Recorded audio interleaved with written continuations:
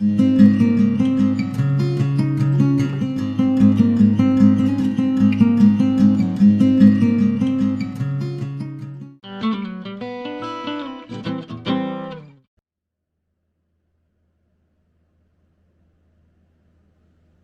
this video, I plan to show you how to prepare a glass vase to receive encaustic medium.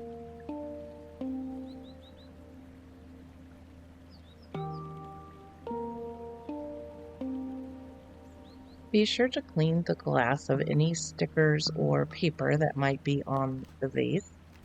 Once you've scraped that off, it's okay to use a baby wipe just to clean the surface and make sure all of the glue is removed from the surface.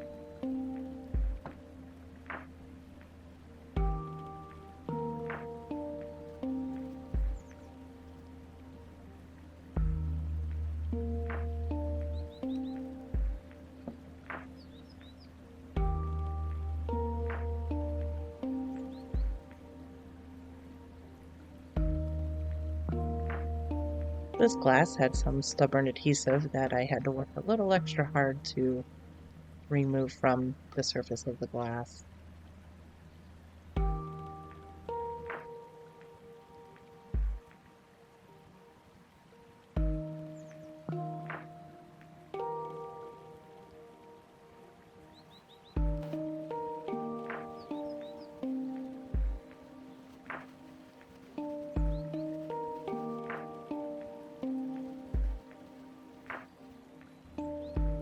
Once the surface is clean, I usually use a sandpaper to scratch the surface up a little bit so that it will receive the adhesive, which is that wallpaper glue that you see down below.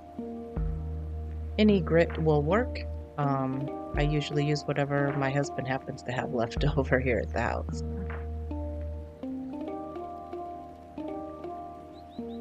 I learned about this Romans wallpaper paste from a fellow artist. I do apologize because I don't remember who she was or have her name handy. At this point in time, I've been experimenting with this process for about 7 or 8 months now. I don't add anything to that adhesive. I just apply it directly onto the glass surface. And then I use mulberry paper, which I was showing you here. I've also used rice papers and various papers from books. They all seem to work as long as you are making them moist when you put them on, and then also using enough glue.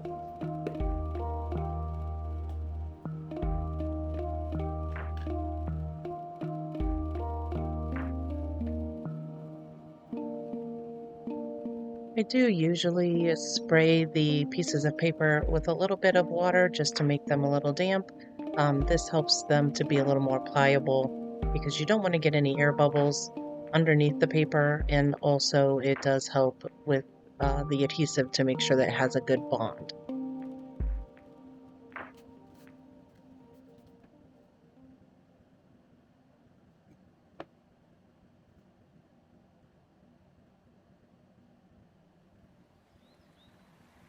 I find that if I rip the pieces of paper up into random sections, as opposed to putting larger sections on, they are easier to manipulate, and it's easier to keep the air from being trapped underneath the paper. That can cause a delamination later on, so the more you can keep the air out, the better. So I find a smaller piece of paper, and also with it being a little bit wet, those two things help tremendously when applying the paper to the glass.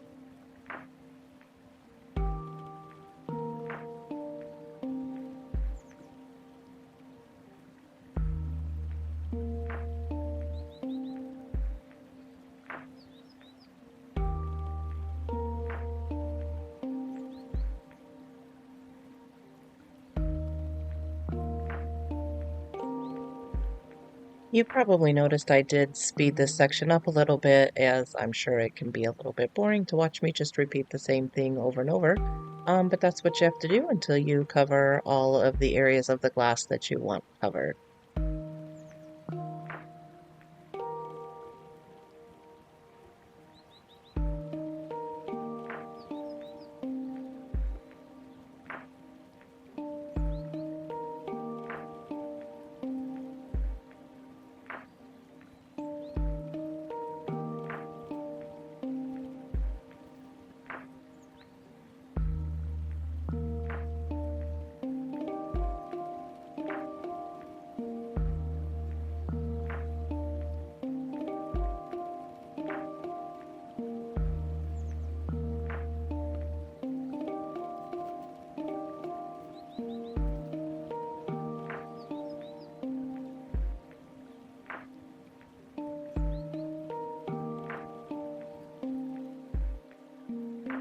As you can see, I just work my way up the glass until I have everything covered that I would like.